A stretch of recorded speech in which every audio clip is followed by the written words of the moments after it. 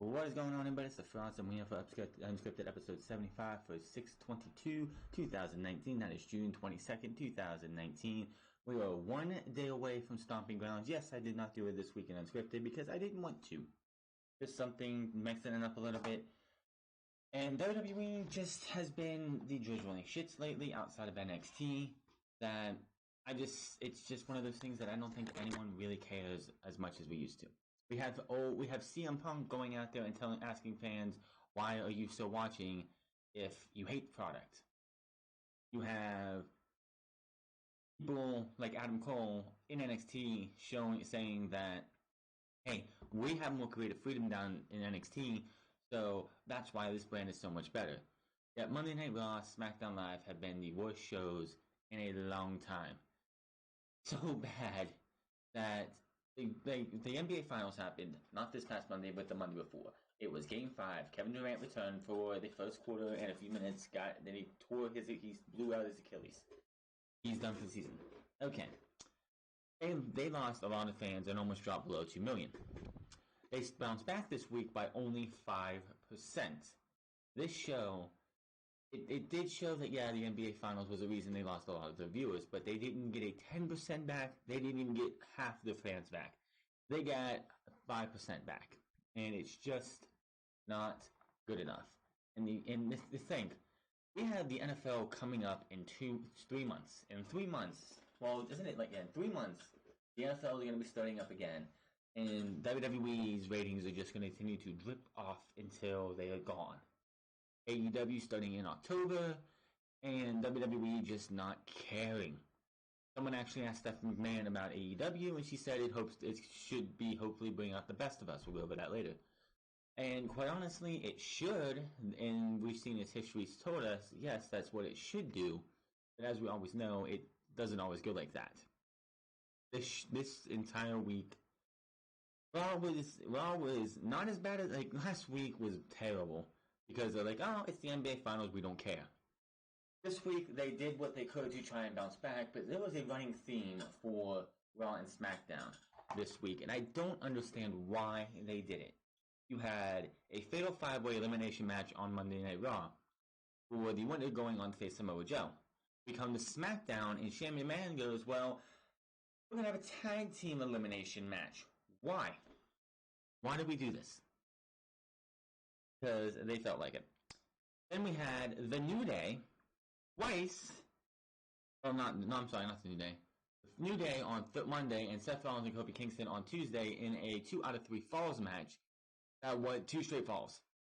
Why? Because Vince McMahon and WWE said, oh, it's just good shit. This show, everything that comes out of my face, everything that comes out of my mind is good shit. I don't know what's wrong with these people. Why aren't they laughing at my shit jokes? Why aren't they laughing at the 24/7 championship? The championship is good shit. And it's not. Nothing we have seen lately is good. Yes, there's a positive with the fact that Samoa Joe versus Ricochet should be one of the best matches coming out of Stomping Grounds if they get a chance. But it's still Stomping Grounds. I will say a positive on the women's side this week because Bayley and Alexa Bliss. I don't like the Moments of Bliss segments. I don't really care for talk shows on WWE. I mean, yeah, you had Piper's Pit back in the 80s, and then Jericho brought out the highlight reel, which was fun back then, back when it first started, and it kind of played itself out. But then Miz got one, Edge got one, Christian got one, Alexa Bliss has one now, Kevin Owens has one, Kevin and Sami have one, and it's just too much of the same shit. So, usually, I call it a piss segment because that means you can go and take a piss while this happens. But this one was absolutely, I think, the best one we've had ever. Because Bayley and Alexa Bliss got very, very personal with each other and were just letting it all out there that they really don't like each other. Bayley being told by Alexa Bliss that she peaked in NXT, which, quite honestly, with the way if you want to say Bayley peaked in NXT, you're absolutely right when it comes to the booking, because Bayley's booking since coming from NXT has been atrocious until, like, recently. And you can try to say that from pretty much almost everybody coming up from NXT. Almost everybody. Eric Young and Sanity peaked in NXT. Then Andrade Cien Almas, for the most part, peaked in NXT. Ricochet, Aleister Black peaked in NXT because when they come up to the main roster, they don't do shit with them. Lacey Evans didn't peak in NXT because she's Lacey Evans, big boobs, blonde hair, nice ass. They're going to push her to the moon. Lars Sullivan actually, in my opinion, peaked in NXT. He hasn't even peaked at all. And I don't think he's going to peak, especially with the fact that he's going to be out with injury for the next 6 to 9 months, which means his entire, if Lars Sullivan's out for sure 6 to 9 months, which he just got done with surgery recently, he should go back to NXT. Plain and simple. There was no reason to bring this guy back. He was out. He was coming up to the main roster. They're playing vignettes for him, and then they stopped before the Royal Rumble. We did not see him again in any way, shape, or form until after WrestleMania. He comes out, and that's January, February, March, and that's 3.5 months where this guy was just gone. He was ghost. And then he's just brought out there to attack people like Kurt Angle, Matt Hardy, Jeff Hardy, kayfabing injuring Jeff Hardy, even though Jeff Hardy injured himself at a house show, or got injured at a house show. And then he started a feud with the Lucha House Party for whatever reason. So why would anyone care about Lars Sullivan?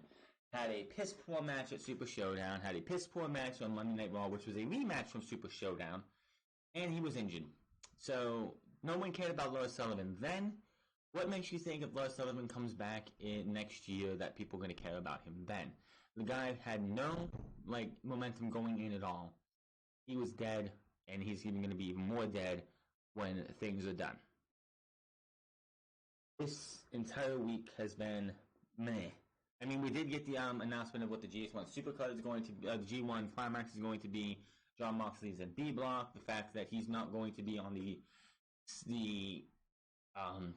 the opener show in Dallas. I don't know why they're going to the American Airlines Center, where home of the Dallas Mavericks, which is a huge arena, and with no big names for casuals to go to attach to. Yes, you have Will Ospreay. Yes, you have Juice Robinson on that show, who is a former NXT alum. Yes, you have Kazuchika Okada, and I believe Jay White as well. And everyone minus Jon Moxley, because of his AEW contract, not able to go to be in Dallas. It's not a good move, and New Japan's got to learn something when it comes to the United States. In New Japan, they've been doing, this will be the G1 Climax 29th, the 29th year they've done this. When that gets announced and tickets go on sale, people in Japan who want to go to this thing or just can't wait for, this is like G1 Climax, Wrestle Kingdom and stuff like that, or like WrestleMania, SummerSlam to the fans in WWE 10, 15 years ago. When those ticket goes on sale, they're at them immediately, doesn't have to have a card. Nowadays, you have to have a card for most shows. Stomping Grounds card is terrible, so nobody wants to go to this. When All Out has 2 matches on that card, Jericho versus Hangman Page, Moxley versus Omega, that thing sold out in 15 minutes. They put tickets on sale for the G1 Climax opener. They gave you the matches for the A block, who's going to be facing in the A block, but they didn't flesh out the card. And Wrestling Observer Wrestling Observer Live, which Heartland Radio has been putting the full show minus commercials on their YouTube channel over the last, I don't know how long it's been, but I've just been recently catching it the last month and a half. And a couple days ago, when Brian Alvarez was on for Wrestling Observer Live, someone texted him that they bought their ticket assuming Jon Moxley was going to be on this show. But then the undercard came out, and then New Japan came out and was like, yeah, Jon Moxley's not going to be on the show. The G1 Climax, it's not going to sell out, that's obvious. I'm surprised Vince McMahon didn't try and pull an NXT TakeOver Cardiff bullshit problem, which I know is going to be July 6th, which is a week after Fyter Fest. But, let's see here. Yeah. And I'm surprised it's oh, well, they're not selling out in Dallas. Let's go put on a super huge card that's going to be on the WWE Network only to combat that in the area nearby where they're having G1 Supercard, the G1 Climax. I keep saying Supercard because it happened this year and it's the first time they did that. I know it's the G1 Climax, but Supercard keeps wanting to come out. But then I'm telling you this, and I'm going to say this too. This stretch from Money in the Bank until I believe Fight for the Fallen. Yes, I believe Fight for the Fallen, which is 2 weeks after Fyter Fest, is the longest stretch of pay-per-view of like major events in wrestling that I've seen in a while. You had Money in the Bank, then you had Double or Nothing 6 days later. I believe we were on. Like, I believe we had Best of the Super Juniors that later in that Wednesday, and Dominion the week at that's like the week after Double or Nothing, I believe. Then we had Super Showdown. Last week we got a break. This week coming up is Stomping Grounds. Then we have Fyter Fest. The G1 Climax starts the week after Fyter Fest, and then Fight for the Fallen starts is the week after the G1 Supercard, the G1 Climax opens. That's a lot of fucking wrestling. Now, if you're someone who wants to watch the G1 Climax after the opener, it starts a week after. It starts the week after. So, quite honestly, if you think about it, there's actually nothing like there's not a break in wrestling if you want to watch all of the G1 Climax, which I'm probably going to try and catch as much as I can and give my thoughts on what it goes probably later on down the line. Definitely had fun watching Dominion. It was actually the first New Japan wrestling show I watched from start to finish. I fell asleep because of how early the Best of the Super Junior, how late the Best of the Super Juniors started compared to Dominion, which started at 3 a.m. The Best of the Super Juniors final started at 5 a.m.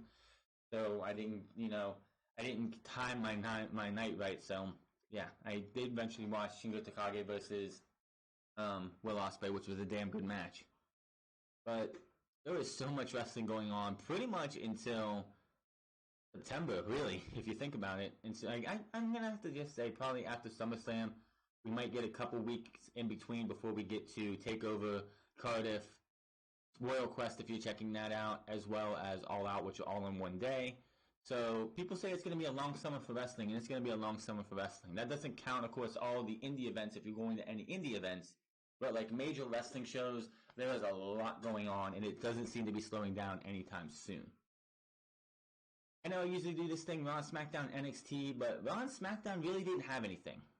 Not really that much. Other than, like I said, the Bayley Alexa Bliss segment was absolutely, I think, the best those two have ever done. Far better. When we saw the Bayley This Is Your Life 2017 and all the promos they did when their feud started to when their feud ended, I always figured that Bayley and Alexa Bliss could give us better than what they did, and they did on Tuesday. That's what that type of promo should have been how we saw it back in 2017. That was a damn good promo. Yes, there was someone posted on Twitter that said it started out so super cringe, but it ended being a damn good promo in the end, something like that. And I agree with them. Started off, no, and then like the cringe part is like her drinking like the coffee. She's bringing out a coffee cup, fakes drinking. There's nothing in there. Are you kidding me? There was nothing in that mug, that cup. But that stuff. But when they started getting personal and adding that personal vibe to it, definitely was awesome. Everyone knows like some of the best feuds are when they're personal. That's why Samoa Joe always got personal with AJ Styles last year because he wanted the best out of AJ. He wanted AJ to snap.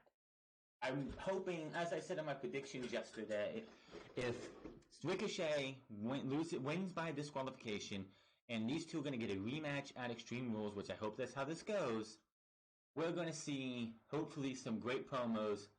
And if they want to, they can bring Casey into this because Casey Catanzaro is Ricochet's girlfriend down in the Performance Center, and they could use her to have Joe terrorize her because of her small stature. She is. I'm like 6'1". She's like half. She's like half the size of me. She is tiny. She is absolutely tiny, and I think Joe could really make this more personal by trying to not rough her up or anything because WWE won't allow that, but putting that fear into her to get under Ricochet's skin going into Extreme Rules, giving them a Falls Count Anywhere match, a last man standing match, and let those two go out there and give you a damn good match. It should be a good match, but the fact that there's been absolutely no build because it was on the go-home show that we got the match announced kind of hurts the match in my opinion, and I'm hoping Ricochet wins by disqualification to give us a chance to have at least a few weeks build for Extreme Rules. I think that would be awesome. And like I said, Raw SmackDown didn't really do anything for me this week. It's just more of the same. Outside of outside of the main event and the opening match, Raw sucked. Everything in between was just, and of course, I still don't understand. I still don't understand this. You had Daniel Bryan versus Seth Rollins in the main event of Monday Night Raw, and you had Eric Rowan out there. Okay. And you had the match go about 2-3 minutes, and then you had Eric Rowan cost Daniel Bryan the match as he lost by DQ. And then you had the New Day, you had Sami Zayn and Kevin Owens, you had the Usos, you had the Revival, all come down to have this big Pier 6 brawl that went nowhere. It went nowhere. What do we end up with? Oh, this match will restart with nobody at ringside. Okay, so we got a good match. Did you have to have that Pier 6 brawl? Did that do anything? Instead of having that Pier 6 brawl, you could have had Eric Rowan kicked out at the beginning of the match and giving these guys another 2-3 minutes to go put on what they could do. It took away from the match, even though those guys put on a damn good match. It is their 4th match in all. And of course, it's the first time Seth Rollins legitimately beat Daniel Bryan on WWE TV. I'm sure he beat him in a bunch of house show matches over the years, but on main TV, it's the first time he beat Daniel Bryan. So, there's a good trivia fact for you. I believe it was 2 episodes of Raw and an episode of SmackDown that Daniel Bryan beat Seth Rollins before. Of course, Daniel Bryan was the first person to actually beat the Shield when he put on the label lock back when I think it was Team Hell No versus Seth Rollins and Roman Reigns. It was just, that would have been the first time he beat him, because I remember that it's like they were doing so much good stuff, and then they wanted to be put, like WWE had to punish him a little bit, so they had Daniel Bryan be the first person to beat them. I could be wrong, but I remember that somewhat. Seth said something about that. NXT though, NXT is just on another level, man. You have Damian Priest with one of the best entrances. I love the fucking music. I still don't remember him having that back tattoo when he wrestled Matt Riddle last year, yeah. Comes out, does his entrance, has a nice opening match with Humberto,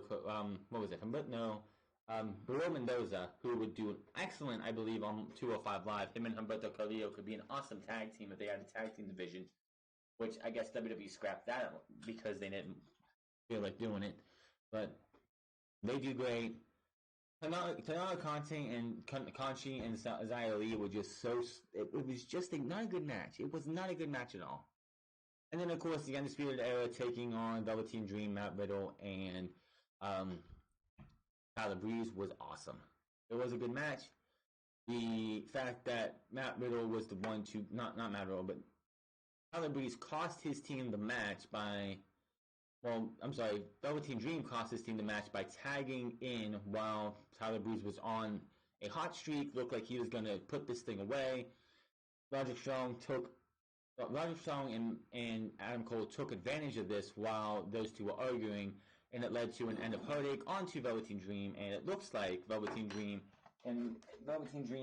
is going to be going up against Roderick Strong going into TakeOver.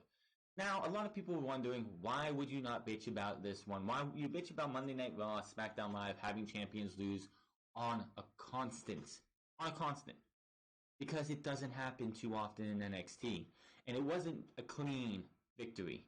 Having, like, the idiotics go out there, Peyton Royce or Billy Kay getting beat clean, makes you look weak.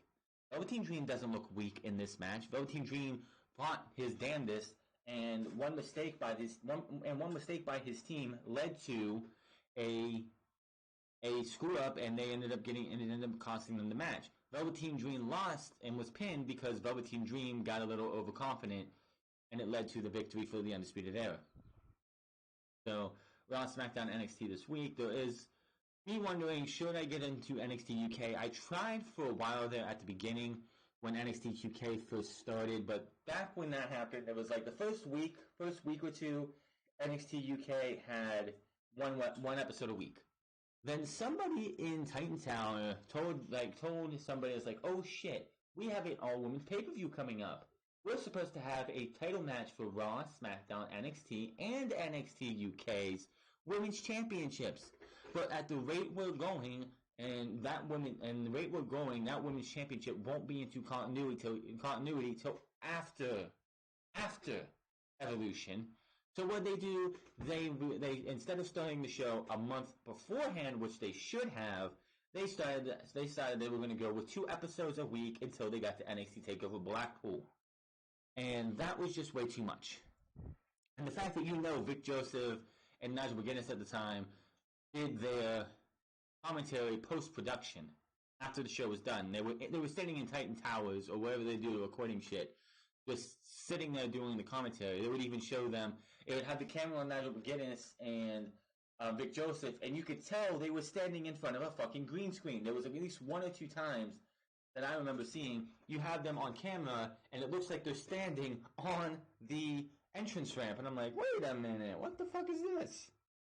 But it's like, I want to get back into it. I know it's picked up steam, and Kaylee Ray's over there, Primate's over there. I will not call him by his real name. He's Primate. I don't care what the fuck they say. He's in the tag team. Imperium's running roughshod with Walter as the UK champion, with Alexander Wolf joining him and Marcel Barthel and Fabian Eichner. So awesome to see that. I would love to see, and with Imperium being a 4-team stable, I would love to see them be in War Games on NXT TakeOver War Games. It should be NXT UK versus NXT inside War Games next year. This year, I should say. That'd be awesome. Do I think it should be Undisputed Era again? No. Undisputed Era has been in War Games the last 2 years. I don't think they need to be in another one. I think it's time to let other people be in War Games. Yes, it would make sense to have in the faction versus faction war. But we'll have to wait and see. We still have to get through TakeOver Toronto. But with what they did last year, and I loved how they did this, they built to NXT TakeOver War Games last year. Back before TakeOver Brooklyn 2. Or 4. It's Brooklyn 4. Yeah, Brooklyn 4. Before we got to that pay-per-view, there was already mini seeds planted that was going to lead to TakeOver War Games 2. So, as we're going through these 8 weeks, these 7 weeks left of TakeOver, build to TakeOver Toronto, just keep your eyes and ears peeled. Just, do what you can to realize that, they're not, this portion right here, this segment right here is not building to Toronto. This one might be building towards War Games. That would be awesome. They did that last year. It was magic, awesome. War Games was fun. The only thing that sucked about War Games last year was the fact that Pete Dunne was injured and what they had to do to try and keep him out of the match as long as they could. Kind of did take back from it. I hope everyone going into War Games this year will be 100% help more as 100% as they can be, and we can have an excellent War Games coming out of this year. So let's see here. Monday Night Raw, SmackDown Live, NXT. It's just, I'm done with those. I didn't want to get into the news, but I don't want to yet because it's just, news is news, and it's just, Stomping Grounds is one of those things. Stomping Grounds is, I gotta open the window, give me a second.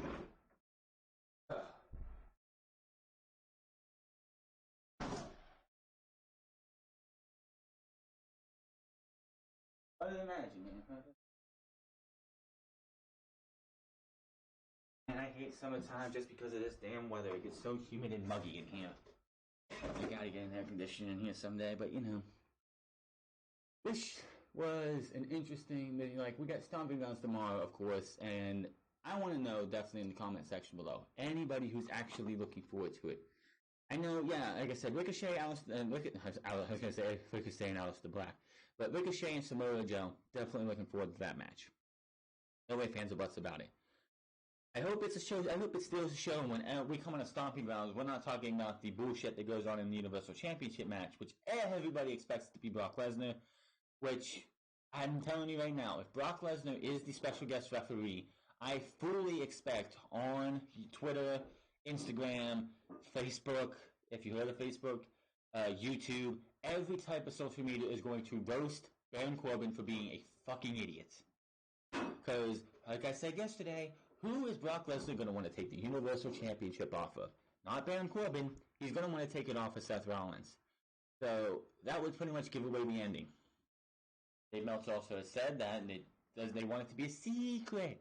They don't want it, they want it to draw ticket sales. Oh, who's going to be the special guest referee? I got to get that. I got to get that hot ticket. That hot ticket. The fans are going to get that hot ticket to see who's the special guest referee. Only to be disappointed. I don't give a shit who the special guest referee is. Baron Corbin's not winning the WWE the Universal Championship. It would make no goddamn sense and would actually that would kill the ratings even further. Yes, oh, but he's a heel. You don't want to say no heel should be champion? No, I'm not saying that. Look at Daniel Bryan November of last year until WrestleMania this year. His title reign, honestly, was the best title reign we had since CM Punk's. I'm going to say that right now. Since CM Punk's 400 and some day title reign, Daniel Bryan had the best title reign of them all.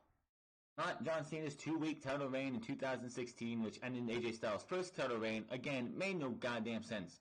Oh, let's give John Cena the WWE Championship so we can have number 16, and then go to the Elimination Chamber 2 weeks later and lose it. Even though that's just giving AJ 14 more days on that first title reign was too much to ask for. It made no fucking sense. Just kind of stupid. But Stomping Grounds, I can't wait to roast this shit tomorrow.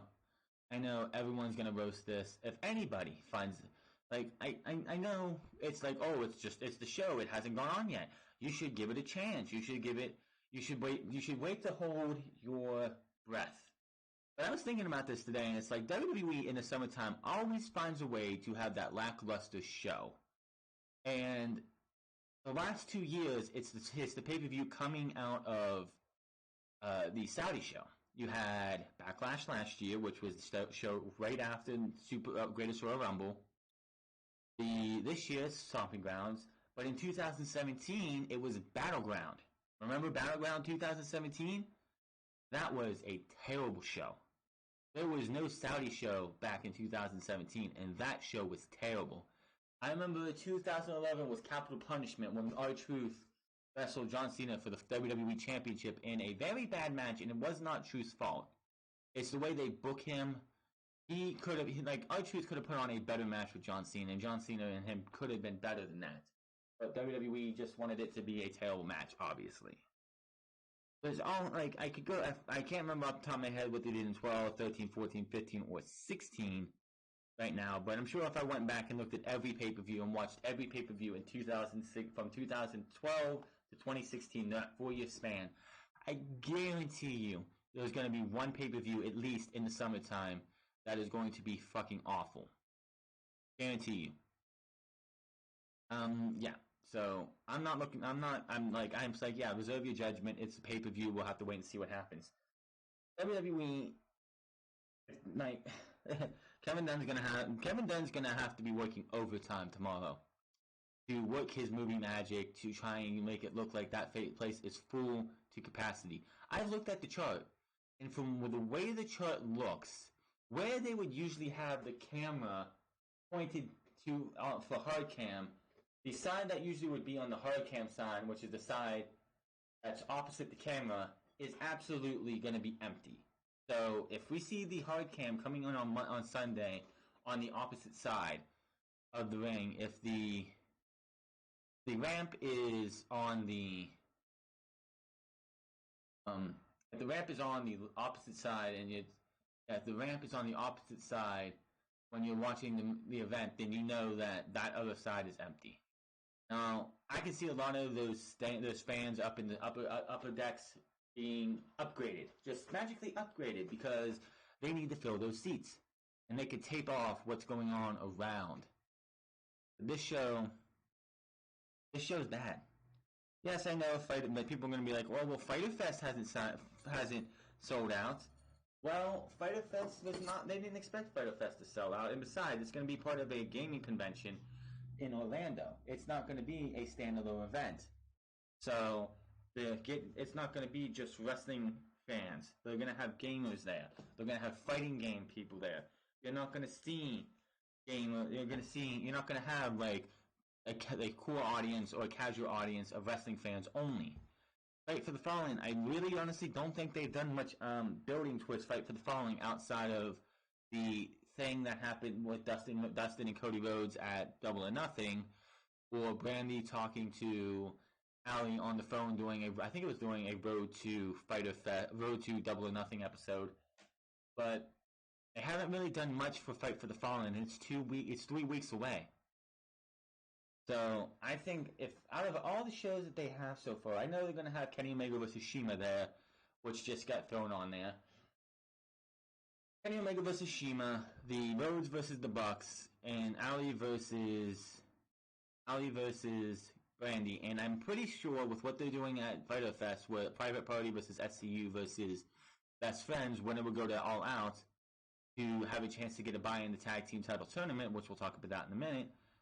I don't see that why they wouldn't do the other half of that match at Fyter Fest. I mean, at Fight for the Fallen, where they'll have a triple threat match, a fatal 4-way, tag team match where the winning team goes to All Out to face the winner of the match from Fyter Fest. So we'll have to wait and see what happens. And really excited for Fyter Fest. Jon Moxley makes his AEW debut, and then he's off to Japan for the next month. Between all of July and most of August, up until we get to All Out, Jon Moxley will be in Japan fighting in the G1 Supercard, G1 Climax, and his tag team partner is going to be Sho Ultimo. I think it's Ultimo, whatever the fuck his name is, the young lion he faced at Dominion.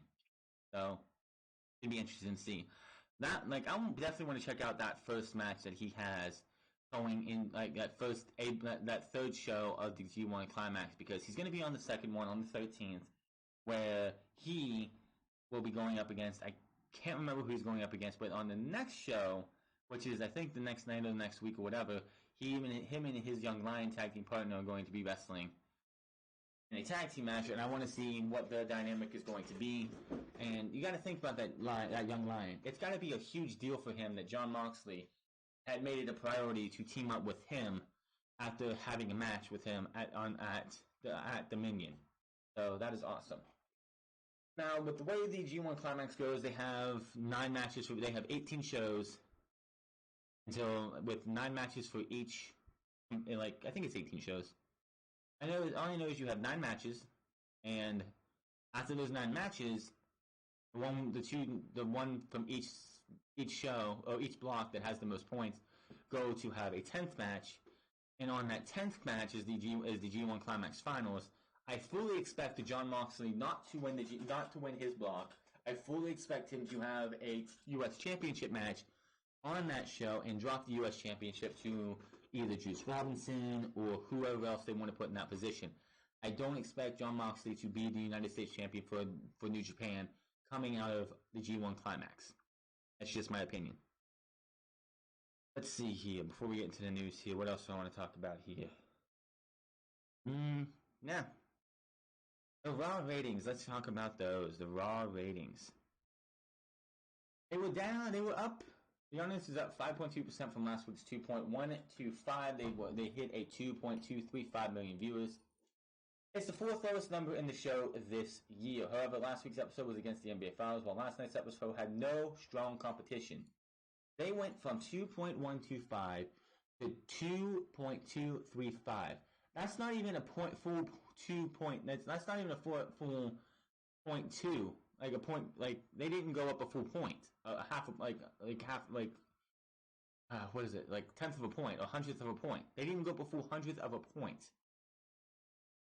Yeah, they did. They went up 100. Yeah, they did. They went up a full 101 point. Like 0.10 was what they went up. Full 1/10, 110th of a point, whatever you want to say it. Which is the lowest non-holiday was the lowest non-holiday Raw viewership in history. However, last week's episode was against the NBA Finals. We know this week's the first hour was 2.325, which is about average for the first hour. The first hour has been averaging 2.3 plus for a while. Last week's show was 2.380, so they dropped minimally from the first hour. The second hour actually was up from last week, which this week was a 2.303. Last week's was a 2.867. And the final hour drew 2.78, which of course was up from the 1.909 viewership they had the week before. Don't get used to this. Stomping Grounds is almost here. And quite honestly, they will. Here's the thing: WWE will have more time to go between Stomping Grounds and Extreme Rules. They will actually have time to build towards Extreme Rules. But do you think WWE will care? Probably not. See, right now, I'm not really caring about the ratings are not as big of a deal right now, simply because it is the summertime and WWE always does up and down ratings in the summertime. The real test will be in the NFL season. The real test will be, can WWE try and find a way to sustain ratings when Monday Night Football returns? And then will they be able to get any ratings when AEW comes in? Which, of course, AEW is not going to be on Monday. That would be the dumbest thing ever. Because if the show, like the first AEW show, anybody who watches the first AEW show or watches the ratings for the first AEW show, I fully expect that first episode of AEW show to be one of the highest rated opening shows of all time. The question is, can they sustain it past one show?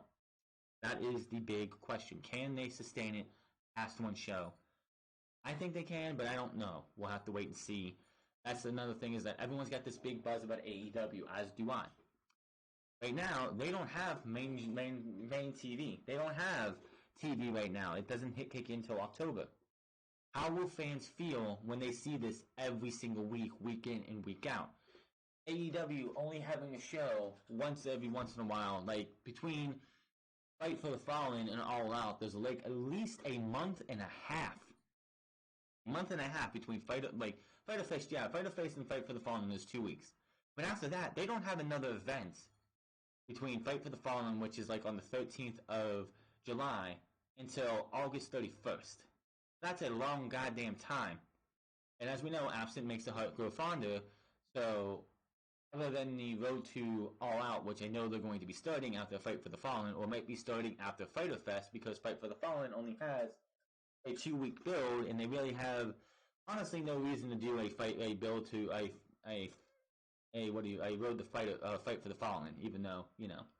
It has been confirmed that Road to Fight for the Fallen will also be on BR Live for free for everyone to know.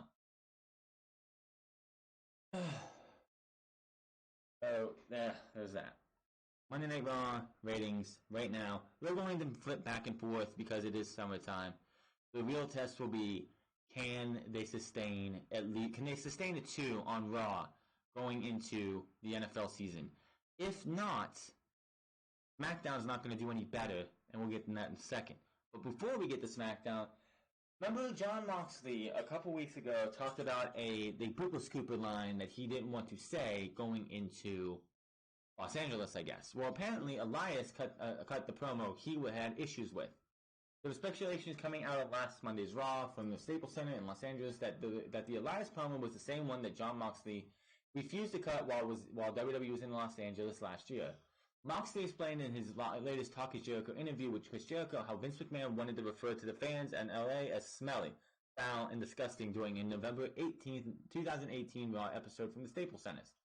This is the promo that contained the Pooper Scooper line that Moxley was against. Moxley said he tried to make his own changes to the script and sent it back to Vince, to a member of the creative team, but he received a note back that said Dean needs to understand why he needs to insult the audience. Dean needs to read the promo verbatim and try not to rewrite them. Elias opened this past Monday's Raw, ripping on the Los Angeles crowd, calling them pieces of garbage who are more toxic than the air. That is one of the most cheesiest lines and one of the most I hate this. Oh, well, you smell. I hate you because you guys smell. It doesn't help. It's unbelievable.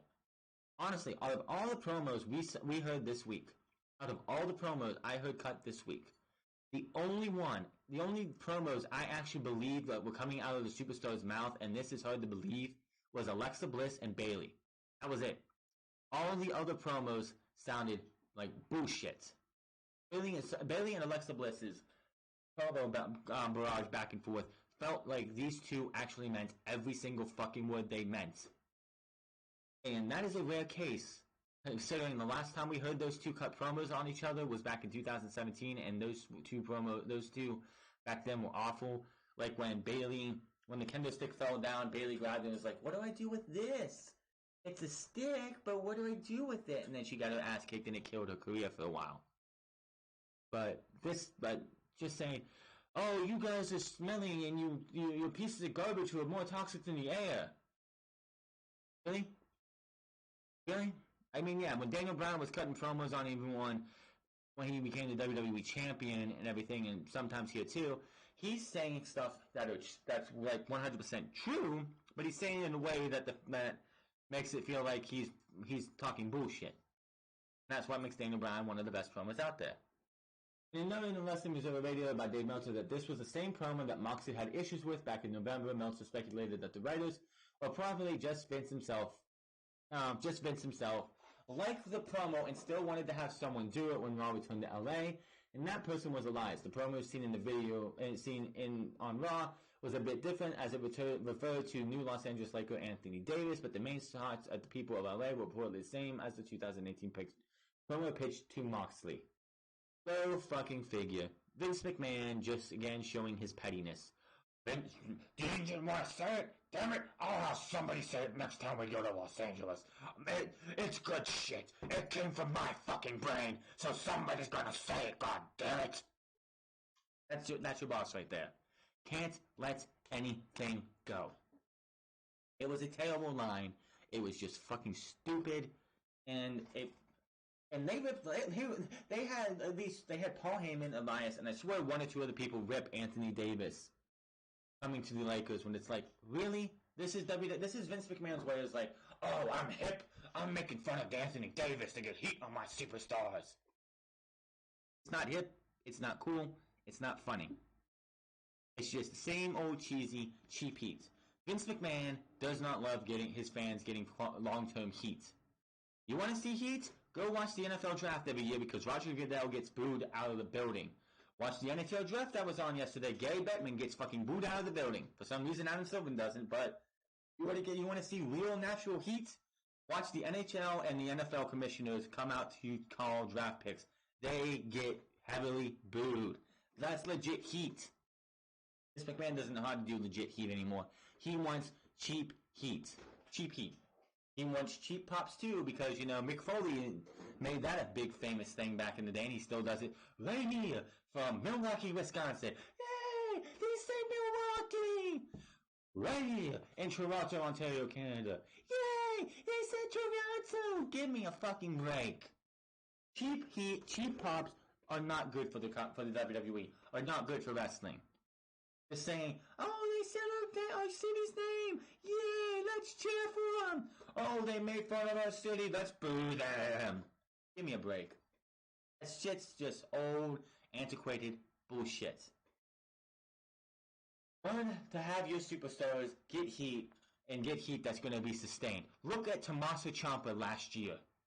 Comes back at NXT TakeOver Philadelphia and just cracks Johnny Gargano across the back with his crutch while he's like licking his wounds from unable to win the NXT Championship. I still say that was the night. Yes, he won the championship this past WrestleMania weekend in New York, but that pop still to me would have been much more bigger, would have been huge in Philadelphia, bigger than they got in New York. But look at him back then. He cracks him out. The next time he shows up on NXT TV, he just walks out to no music. No music. And people are raining him in boos. Baron Corbin in NXT could just stand there, put his hands out, like arms out, and just bask in people as they booed this guy, and he was getting natural heat. Nowadays it's just, oh, you stink, you smell, oh, you shut up, I'm better than you. Oh, they're making fun of our city. Oh, they made fun of me. We need to boo. Cheap pops and cheap heat are lazy booking. And WWE loves cheap pops and cheap heat that just stay for a moment. Yes, Seth Rollins is well over. Yes, Daniel Bryan as a heel is well over because Daniel Bryan has natural heat. Daniel Bryan knows how to get under the fans' skin that they want to, like Kofi Kingston winning the WWE Championship at WrestleMania. If Daniel Bryan was not as good as he is on the fucking mic and being a great fucking heel, that moment would not have been as big as it is. Don't tell me otherwise. Oh, it's Kofi Kingston. It wouldn't have mattered. It could have been Shane McMahon. It could have been Baron Corbin. It could have been Brock Lesnar. That moment would not have been as big as it was if Daniel Bryan was not as good of a heel as he is. Just going to tell you that right now. But Vince McMahon holding on to this promo for 7 months. 6 or 7 months. To get somebody else to say it in one way or another is absolutely petty and pathetic. Again, showing how Vince McMahon is out of touch. SmackDown viewership still going down. This week's SmackDown featured the final hype for Stomping Grounds with the WWE Champion Kofi Kingston and the Universal Champion Seth Rollins defeating Sami Zayn and Kevin Owens in a 2 out of 3 falls match, which did not need to be a 2 out of 3 falls match. They basically did a 2 out of 3 falls match to have both Sami Zayn and Kevin Owens be beat. To 1.859 million viewers. Down 3.7 from last week's 1.930 for the post-superstar, and this is the third lowest SmackDown audience on the non-holiday first-run episode in history. Here's the thing. How does WWE expect Fox? How does WWE expect to draw fans in on a Friday? Friday! A day, especially in this time of the year. This time of the year when fans, when the young adults, like us, I'm like 29 years old, I'm so youngish.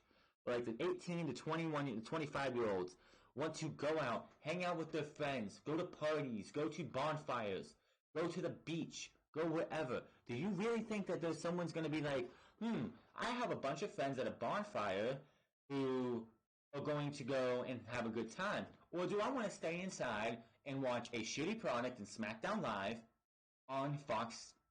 I'll DVR that, I'll go over here later. That's exactly what that is. Or they'll just be like, you know what? I'm just going to go hang out with my friends. SmackDown, I'll just watch the YouTube clips later. Or I'll just watch a content creator on YouTube's report later. And if there's a match I need to go see, I'll find a way to see that match.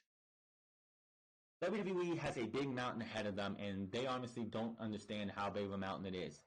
Not only are your ratings down, a 1.859 is going to be unacceptable to Fox. SmackDown comes to Fox with a 1.859, and it continues to fall. Fox will cancel them within the first month. Fox is not going to let a show like, especially when they have NFL on Thursdays and NFL on Sundays and college on Saturdays, getting nice size ratings. You expect them to actually sit there and be like, well, NFL is doing massive numbers on Thursdays. College is doing pretty good numbers on Thursday on Saturday, and the NFL is doing great numbers on Sunday. WWE, piss poor at the best. You really think they want that on their fucking sports block? They want this to be one of the cornerstone programs on their sports block from Thursday to Sunday. And 1.930. Yes, I know Fox is open to more houses because, quite honestly, you don't even need cable. All you have to do is go to your local dollar store, get one of the Rabbitier boxes, plug it into the back of your TV, put it to a window where it's actually going to get good reception, do your little dial, like go to your menu and search for channels, and you'll find Fox. And yes, those count as ratings because it's on there. But yes, that's all you have to do to get Fox. You don't even need a cable package. They got to find a way to convince young adults, old adults, young kids. They want to try and get teenagers to watch this show instead of going and hanging out with their friends on a Friday night when school is out. Give me a fucking break. On Fridays, when school is out for the weekend and they get to go hang out with their friends Friday, Saturday, and Sunday, do you really think some 12-year-old, 15-year-old, 16-year-old, 17-year-old, 18-year-old, 19, 20, 21-year-old is going to stay home to watch SmackDown Live on Fox when they can go to their friend's house and party, play video games, play the next Call of Duty, play Fortnite maybe the next hit Battle Royale game. Maybe they have friends who want to play Dungeons and Dragons or one of the next new RPG games or something. Or they want to go see the next Marvel movie or the next big blockbuster. The next big summer blockbuster. So Friday, honestly, in my opinion, is absolutely one of the worst days to have wrestling on TV. Thursday would be great for WWE because it's right before the weekend, but they're going to have to do better than this. Going out of WWE and going straight into Impact for a minute. Impact Wrestling has released Scarlett Bordeaux. Scarlett Bordeaux debuted last year, I believe. And I was catching Impact here and there every once in a while, and she was this character. Apparently she can wrestle, but I would always criticize her for trying to do, take the women's evolution, as people are calling it, back years because she wanted to be a stripper on TV. She had this smoke show thing, and kept saying, we want women who can wrestle. Until you get in the ring, we don't need none of this smoke show nonsense. But she has been released by Impact Wrestling from her commitments. We wish her success in future endeavors. After a brief run with Impact from 2014 to 15, Bordeaux returned to Impact in 2018, sporting a smoke show gimmick that gained a lot of attention. One of the Impact's most viral videos was her giving Scott Steiner a lap dance. Over time, however, she started to wrestle more frequently on the program, including against men. She beat Glenn Gilberti, aka Disco Inferno, in her debut match. Bordeaux recently requested her release from the company, although the company contract was due later this summer. Bordeaux's deal was set to reportedly pay her per appearance and wasn't a guaranteed contract. She was among a few members of Impact wrestlers who request her release. So, yes. I would not be surprised if we see her in a Road to All Out. Not Fighter Fest, a Road to All Out. I don't expect to see her go into WWE. And the reason I say the Road to All Out is because her going to AEW would be good for her because she could still work AAA. She was on the last set of AAA shows that they did. Of course, there was the story of a Mexican fan grabbing her and feeling her up a little bit before someone pulled her away, which is definitely a no-no. Don't ever do that. They were just lucky that she didn't realize what was going on, or she probably would have cracked that person in the eye. So, best of luck to her, and if she shows up in AEW, we'll have to see what she does. I don't think she's ever going to go. I don't think she'll go to WWE. The other half of her, her other half, is not going to be released by Impact Wrestling. That would be one Killer Cross. There has been speculation of Impact possibly granting a release of Killer Cross now that they have released his girlfriend, Scarlett Bordeaux. But PW Insider reports that Cross will continue working for the company as they are not planning on giving his release now. There's been heat on Cross, who also works as a producer for the Impact, for speaking out against the company on the recent Wrestling's Perspective podcast with former X Division champion Petey Williams. Cross has wanted out of his contract for financial reasons, among other issues. Cross noted in an interview how Bordeaux was still living at home because of how little money she was making with Impact. Adding that her situation was worse than his, Bordeaux has become one of the top women's division talents for the company. There is no word yet if Cross is intending on leaving Impact to pursue a potential job with WWE. It was reported back in September last year that WWE had interest in signing Cross and that he was able to put feelers out to the big man. New Japan Pro Wrestling also had interest at the time, but we've heard nothing about WWE's interest in Cross since then. But the feelers were interesting because he was under contract to Impact. Cross also confirms in recent interviews that WWE did contact him after he first debuted with Impact in 2018. Not surprised whatsoever. Look at the guy. This guy is jacked. This guy is like, Vince McMahon probably got one look at him and is like, why the hell didn't we sign him? Where the hell did he come from? I want this guy in NXT tomorrow.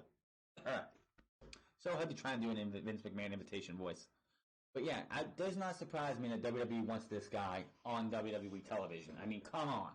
The guy is jacked, he can work, and he's not a bad promo either. So Scarlett Bordeaux is probably going to be, would not surprise me if she goes to AEW. I mean, it would, like I said, one, it'd be financially better than her because Impact Wrestling's financials are pretty horrendous. Cross signed a multi-year deal. But quite honestly, at the time, when he signed with Impact Wrestling for that deal, nobody knew what AEW was going to be. It was either WWE or Impact Wrestling or Ring of Honor, and I think he was in Ring of Honor. But this guy was one of those guys that I think if WWE gets their hands on him, they will have this guy in NXT in no time. Of course, he won't be called Killer Cross. I'm not going to let somebody with the name Killer Cross. Definitely would have to change that name. I could see him going to AEW with his girlfriend. It wouldn't surprise me at all. But he'll have to work out his time. I understand why. Like, Scarlett Bordeaux is not a rating. She's not going to be someone who moves the needle on anyone's show. So Impact really didn't see any harm in releasing her. Killer Cross, on the other hand, is going to make a damn impact where the hell he goes, pun intended. He's definitely looks like he could be. I think he's like 37 years old. But if WWE got their hands on him, then Killer Cross would make a big deal in NXT. I could see him being that big heel for the promotion, and I could see him running roughshod over everybody after Adam Cole and the Undisputed Era leave. He could be brought in, and he could be the guy who becomes he can become the major sinister heel of NXT. Just my opinion. Back to WWE news here, and WWE, if you didn't know, has been trying to win an Emmy.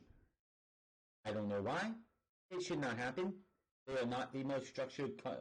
If WWE wants to win an Emmy, they have put the category. They went to the wrong category. The video packages, the documentaries that they do, like the 24s, the 365s, they want to put those up for the Emmys. That's fine. I could quite honestly see a 24 special on Ronda Rousey being put up for an Emmy. I could see the visual effects that they do, like the video packages that they do in NXT. They're just so good at what they do. I could see WWE getting an Emmy for that, but it's not. And here's the thing. The reason they don't want to do those is because Vince McMahon won't get the credit. If they had an Emmy if WWE won an Emmy for like a 24 special, Vince McMahon it wouldn't be Vince McMahon. But if it's Monday Night Raw, oh, that's on Vince McMahon's name because Vince McMahon created Monday Night Raw. That's why they're trying to get Monday Night Raw, but Monday Night Raw is not going to get shit. But now they have their own category at the ESPYs. This one's a no-brainer too, by the way, if you have seen this category. For the first time, WWE is getting a Best WWE Moment under the Best Performance category at this year's ESPYs, which will be hosted by Tracy Morgan on July 10th at 8 p.m. Eastern on ABC. The nominees for the award are Roman Reigns' return after his battle with leukemia, Becky Lynch winning the WWE Raw and SmackDown Women's Championships at WrestleMania 35, Kofi wins his first WWE Championship at WrestleMania 35, and Ronda Rousey becomes Raw Women's Champion at SummerSlam. Voting is done via the ESPN site, which can be done by clicking on going to the ESPN site. Honestly, this is an obvious one. If Roman Reigns' return after battle with leukemia does not get 100% of the votes, then I don't know what the fuck you're doing. I'm not a big fan of Roman Reigns, but Roman coming back and saying, hey, I'm in remission, has got to be the biggest moment. Like, when you look back at the top moments of 2019, I know Brian Zay does the top 8 for best and worst moments. This will be number 1, no doubt about it. There is nothing WWE can do between June 22nd and December 31st, 2019, that is going to top Roman Reigns walking out there on Monday Night Raw and saying, I'm in remission, y'all. Nothing they can do. They could resurrect somebody and have him come back and win the WWE Championship. It won't matter. Roman Reigns' return after his battle with leukemia is the biggest moment in WWE, not just this year, but probably the last 5, 6, 7 years, really, if you think about it. The guy could have went out, came back and like, this is my form. He could have came back and said, this is my retirement speech because I'm not going to be able to wrestle anymore. But no, he came back and he said, hey, I'm in remission and I beat cancer for now. Well, he's in remission. If it's in remission, it could come back again. But he's doing everything he can to prevent that. So, obvious answer. Becky Lynch winning the title, Kofi winning the title, and Ronda winning the title last year at SummerSlam are good moments, but not as big as that. I'm sorry. People are voting, and if you aren't voting for his return from leukemia, and if they showed like the percentages, which I know they don't, but if they would show the percentages, if Roman coming back did not get 100% of the votes, then people need to just be like, you're stupid. Because that is an obvious answer. Nothing will beat that this year. Oh, I love this next one. Tommaso Ciampa takes shot at NXT superstar, top NXT superstar.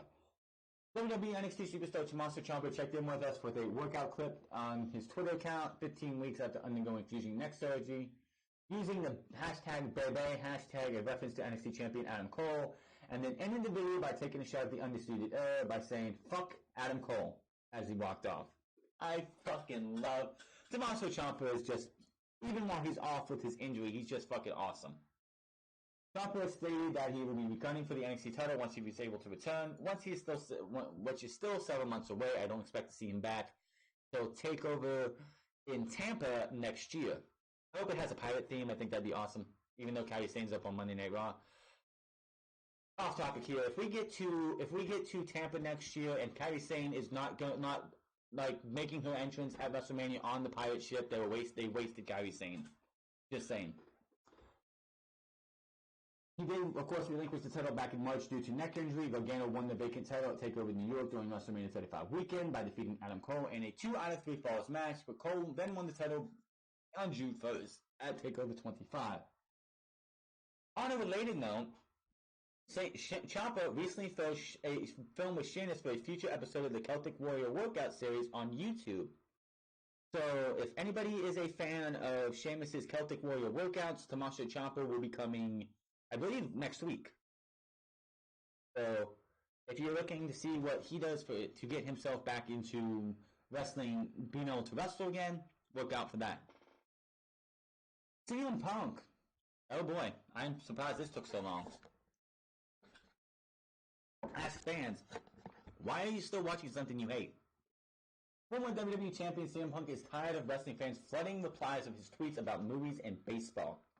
Punk usually makes non-wrestling tweets, but fans are constantly asking him when he's going to return or telling him about latest happenings in the world of pro wrestling. Punk took to Twitter on Thursday and asked fans why did they continue to spend their time on a product they hate. He said he left it when it got bad for him and that works wonders. Since I can't have fun and tweet about movies or baseball without you telling me about wrestling. Question for you. Why do you spend your time on something you hate? If it's so bad, leave it. I did. Works wonders. I look forward to the intelligent discourse, Punk wrote. Writer Mike Asti responded, if you hate the food at a restaurant, you don't go back. But for some reason, people won't give up watching something like wrestling, being a fan of a particular sport team, or listening to members of the media despite claiming to hate them. I have to ask Punk, why do Knicks fans still watch the New York Knicks even though they've been atrocious? Why do Browns fans continue to watch the Cleveland Browns even though they've been atrocious? Let me think here. Why did Sacramento Kings fans rally around the Sacramento Kings when they were threatening to leave, when the Maloof family still owned them, threatening to sell them to a ownership group from Seattle who was going to move them to Seattle? Because they love the sport. We love wrestling. We want less wrestling. We want WWE to get better. I know it's a false hope, and we know as long as Vince McMahon's in charge, it's going to not be any better. It's just going to continue to get worse. Another fan wrote that it's called being passionate and holding out hope that something that used to be epic will be that way again. And Punk called it Stockholm Syndrome. I love that.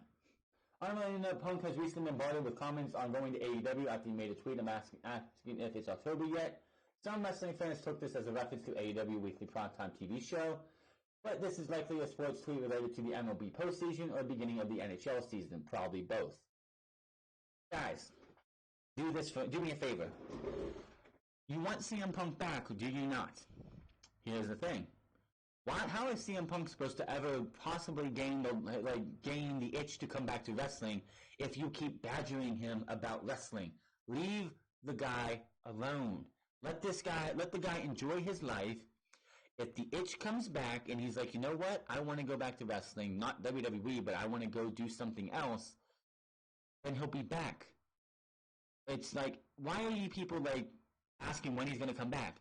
It's been 5 years. Let the guy be. The guy is under contract for a minor league fighting company that airs on Fight Pass for UFC. That's what he's doing, and that's what he's going to be doing for I don't know how long, but probably for a good bit. So let the guy be, let him have his life, and just, if he comes back, then flood him and be like, oh, it's great to see you back, blah, blah, blah, oh, how dare you come back, blah, blah, blah. Let the guy have his life. And if I was him, I would just disable my Twitter account. And no. Anyone's like, oh my god, he's talking about AEW on TV and TNT. October is the beginning of the NHL season, and October is October baseball, aka the MLB postseason. That's what he's talking about. Don't need to be reading into things that aren't there. That's just like Marvel Comics fans saw Marvel a couple of days ago put a countdown that started at 4 for some reason on their Twitter account that was in webbing, and people thought, oh my god, Sam Raimi's Spider-Man 4 is going to be put in the comic adaptation. Then it went to 3, 2, 1 over the next 4 days, and it turned out that J.J. Abrams and his son are going to co-write a new Spider-Man miniseries. And people lost their shit. I don't know why. The Sam Raimi Spider-Man trilogy is overrated in my opinion, but that's my opinion. Yes, CM Punk, just leave the guy alone. Just leave the guy be. If you're a baseball fan, if you're a Cubs fan, if you're a Blackhawks fan, talk to him about that.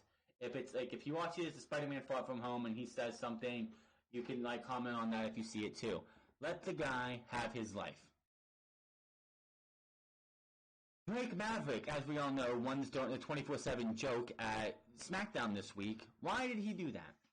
Drake Maverick won the 24/7 joke because he was getting married this week. And he lost that title at his wedding. It's now confirmed that Drake Maverick dropped the 24/7 joke after getting married to indie wrestler Renee Michelle on Thursday. R-Truth is your new 24/7 champion as he appeared at the ceremony with a referee. Truth is now a 6'10", 24/7 champion. Drake just won the title on Tuesday SmackDown. They released a video, and it was noted EC3 was his best man, and of course Braun Strowman was there as a groomsman. Now, the reason this entire thing happened was because Drake Maverick pitched it to Vince McMahon, and Vince McMahon went, oh, that's just good shit. I'm glad I came up with it.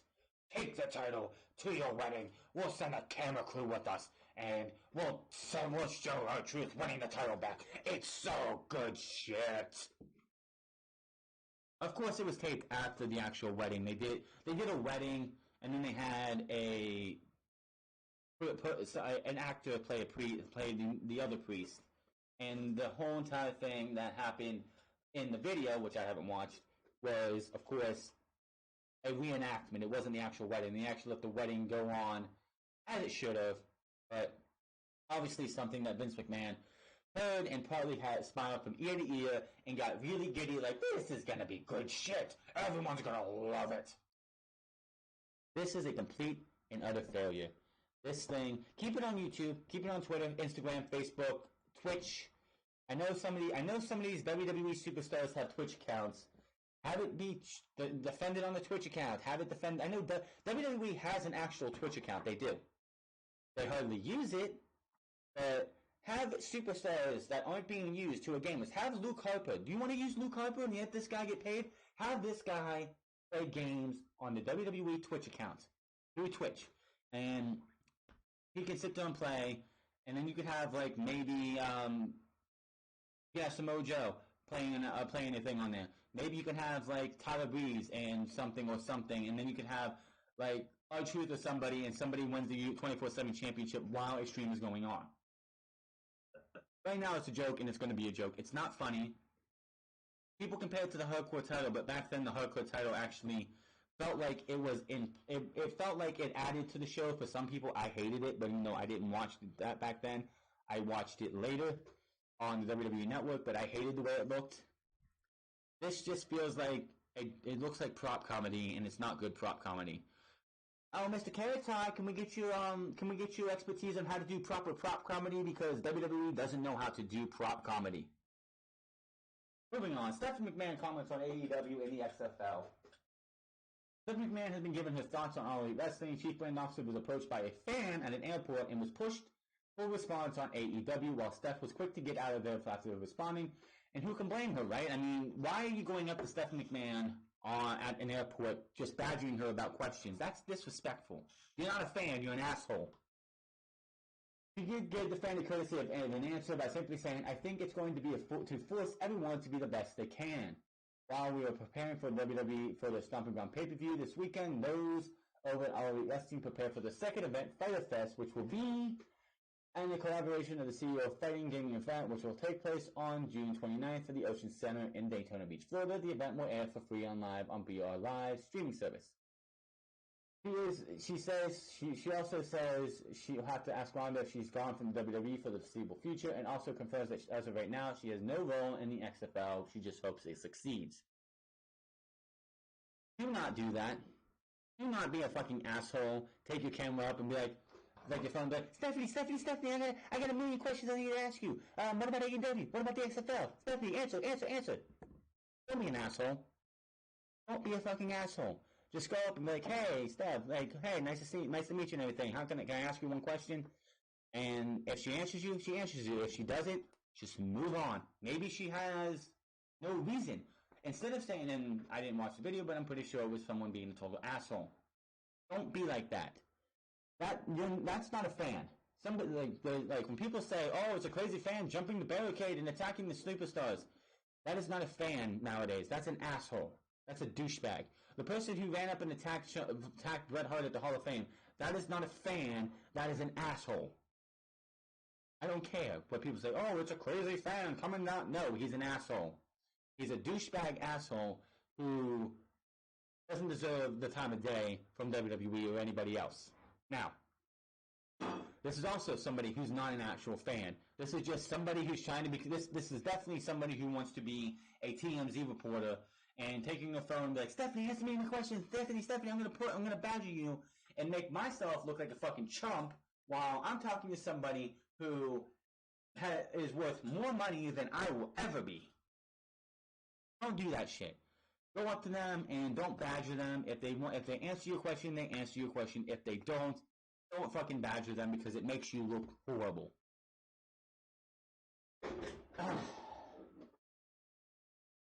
Shane McMahon. WWE stars are infuriated with the big push for Shane McMahon. We all think 2016. Let's preface this. 2016. We're on Monday Night Raw. We were advertised for a week that Vince McMahon is going to name the Vincent J. McMahon award to a select person. We don't know who it's going to be. Of course, it was Stephanie McMahon. And before the ceremony is over, you hear, "Here comes the money," and the crowd just goes so fucking wild. Shane McMahon returns after what I believe was an 8-year, like a 6 or 7 year absence. He left after 2009, so it was like a 5 or 6 year absence to go work in China and whatnot. And he came back to a bigger applause a bigger reaction than I think I've ever heard. Even Roman Reigns coming back was not as big as this. And it all felt like the change was coming that we were hoping for.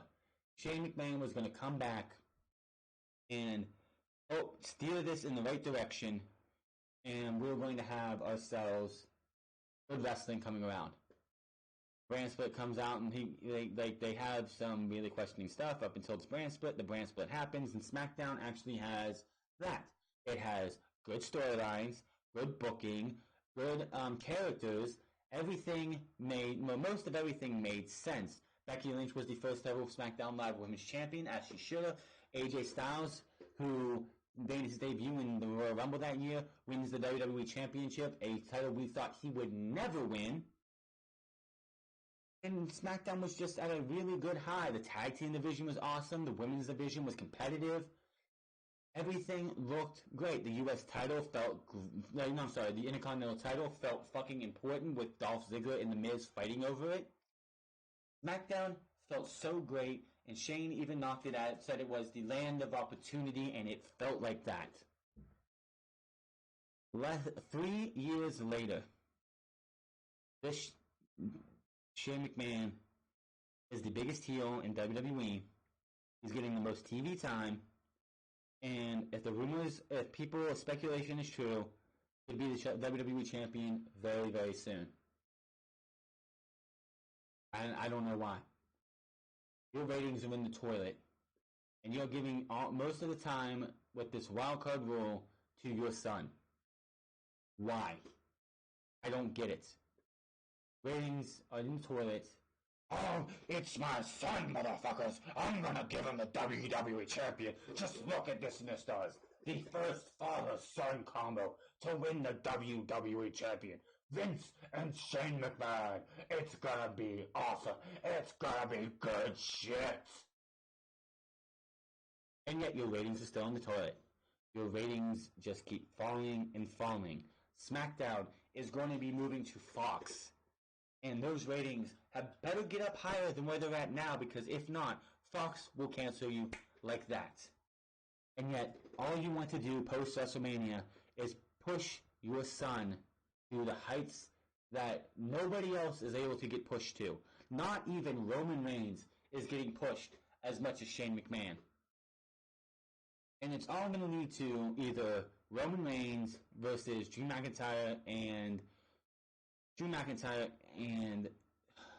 McMahon at Extreme Rules, or it's going to lead to Shane McMahon versus Roman Reigns for the WWE Championship on the first episode of SmackDown Live on Fox in October, and Shane McMahon's going in as the WWE Champion. Imagine how horrible that could be. Shane McMahon took a long break from the WWE, and everyone was very excited to see him back, make a return to the company just a few years ago. However, now we have way more Shane on television than any fans expected would be in 2018. And here's the thing: when the brand split happened, and Daniel Bryan when Daniel Bryan and Paige were the general managers of SmackDown, you didn't see Shane almost at all. You saw Shane maybe once in a while when he was necessary, but you didn't see Shane at all. Pretty much, it was just Daniel Bryan running the show majority of the time, or Paige running the show majority of the time. Shane was hardly ever seen. Now he's seen all the time, and it's horrible. There's currently a rumor going around that Shane could be set up to take Kofi Kingston's WWE title.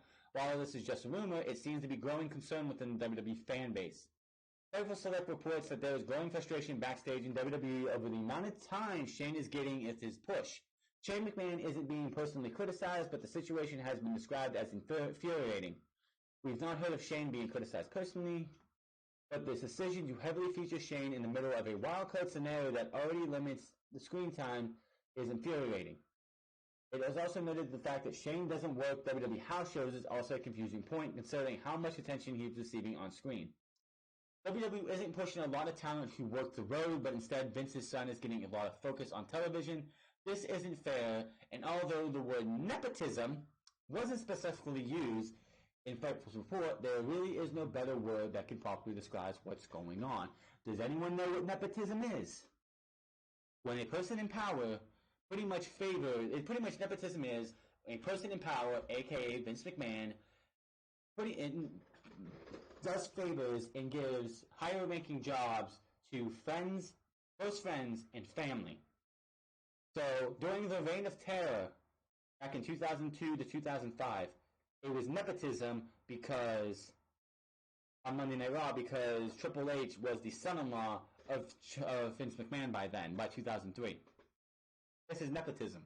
Shane McMahon is getting a lot of the TV time, and guys like Drew McIntyre, the Revival, who should be bigger stars, are not bigger stars because they are Shane McMahon's cronies.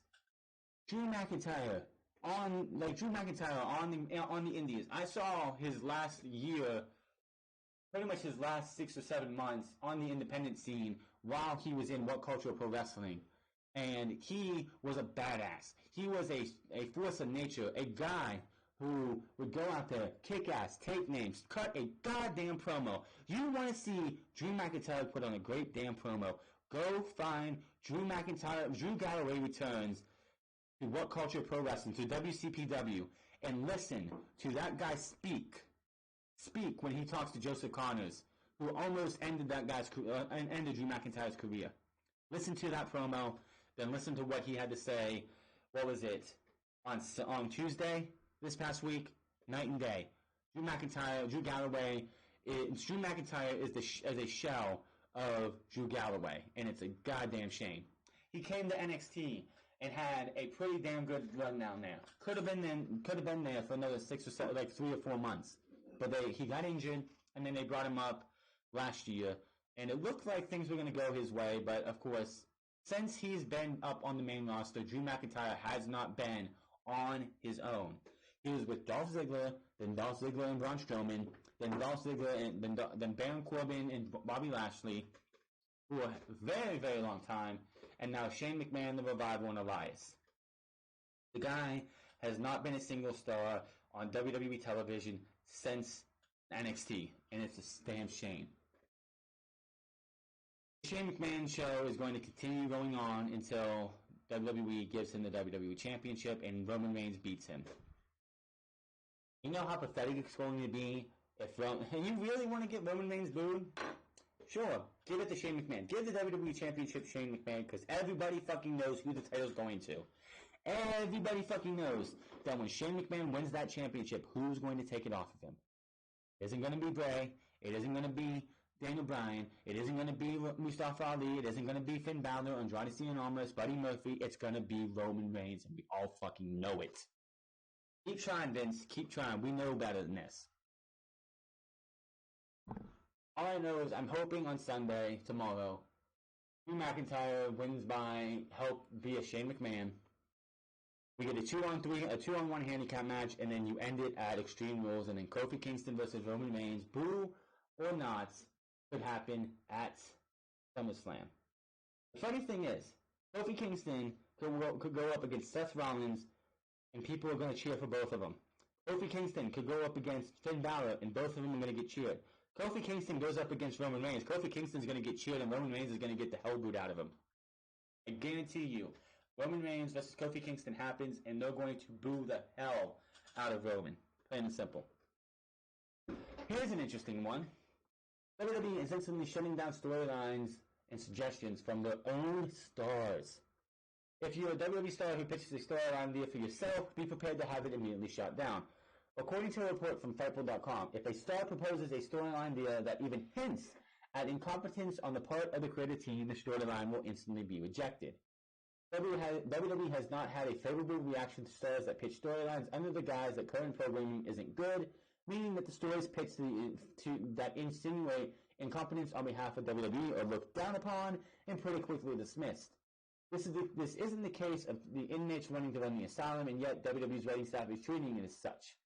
Former WWE star Batista didn't mince words when he recently referred to WWE creative process as a nightmare, telling Pro Wrestling Sheet, "The creative process, I still don't get it. It was a nightmare to me the last time I was there, which was 2014, and it seems like it's worse because I feel like they don't clear a vision, a long-term vision. Everything is very week to week. It doesn't seem like they stick to a plan very much." Another recently departed star, Jon Moxley, has also revealed that WWE either rejected or ignored 4 ideas he suggested for his WrestleMania 32 feud with Brock Lesnar. Current Bellator fighter MMA and former WWE star Jack Swagger has also noted how WWE rejected his storyline pitches, and if someone tried to compile a list of disgruntled stars or ex-stars who have tried and failed to have input on their characters, it would likely be a mile or 2 long. The latest report from Fightful sheds some light on that and also jives perfectly with what the anonymous source told PW's Torch Wade Keller on his Pro Wrestling post show last month. Vince wants suggestions from everyone, but never gets on TV. 99 out of 100 times, you can come in with an idea for Vince and it won't be used. But based on what Fightful says, not only are superstar storylines pitches being rejected, but those stars are being looked down upon if they even bring up a new potential angle that might suggest the current angle isn't any good. Newsflash for WWE, most of its current storylines aren't any good, so why wouldn't the company strongly consider using ideas crafted by wrestlers themselves? Because Vince McMahon has it in his demented mind that everything that comes out of his mind is awesome. Everything, he sits down in front of that monitor, and that show goes on at 8 o'clock at night, 8 o'clock p.m. Eastern time. Everything that's going to go out there is awesome shit. Everything. He thinks that everything that goes out there is 100% the best it can be. And it's not.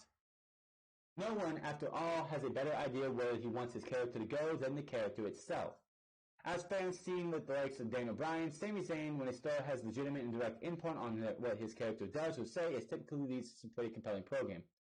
In the case of Bryan and Zayn, they had developed into two of the best villains in WWE because they played a role in their character development. It's not, I don't know who wrote that, but it has come out that Sami Zayn's not putting input. It's everything that Vince McMahon wants us, like Vince McMahon wants to say, but Vince McMahon knows if he said it, the company would pretty much be killed on the spot. And even though the shaky booking and creative team has still hampered them at times, they're at their best when the restraints are off and they're free to incorporate their own visions of their character and the gimmicks WWE wants them to portray. It's no secret that the best characters in WWE aren't characters at all, they're real-life extensions of themselves. It's also no secret that when superstars are given a more active role in the presentation of their character, they tend to be more motivated, which also tends to lead to more entertaining programming. Look no further than the reinvented version of Bray Wyatt, who has been hands-on in the creation and implementation of the Firefly Funhouse gimmick, which I am over by now, actually. Which has instantly become one of the most innovative and creative gimmicks WWE has seen this century. Former soap opera and TV writers aren't as in tune with what wrestling characters should be as wrestlers themselves, and neither is Vince McMahon or even Triple H. The reality is that just as a student becomes more engaged, motivated, and excited about learning when he takes an active role in the learning process, the same is true of performers when they have a personal stake in the performances. Whatever they may be, you can tell if a singer has a vested interest in performing a song because he wrote it, just as you can tell if a star has no interest in a certain feud or storyline because it's just one that doesn't make any sense that he had no input on. While WWE should do what they did with Hulk Hogan and WCW and give its superstars full creative control, definitely shouldn't do that, or by having it written into his own contract nonetheless. There needs to be a balance here between WWE stars having too much to say over direction and the characters and having none at all. If a superstar pitches an awful storyline to a creative team, then sure, go ahead, reject it. But if the stars are consistently relaying solid ideas that could potentially captivate the audience, then WWE is doing a major disservice by not listening to those stars, not only to its superstars, but also its fans, who are forced to sit through mundane programming week in and week out when the solutions to its booking problems may be held by the superstars themselves. Adam Cole, baby, recently revealed that he has significant creative freedom on WWE's third brand, which just so happens to be WWE's best brand. Is there any doubt that one reason why NXT is so good is that its superstars are allowed more creative input? There is a lot to go there. Yes. This is one of WWE's major problems on the main roster. 30 fucking writers. You know what they all have in common? None of them have any background in professional wrestling. None of them. None of them even watch the product. None of them have any fucking idea what the product is. They are soap opera, movie, and TV writers. They are not for the WWE. They are not for professional fucking wrestling.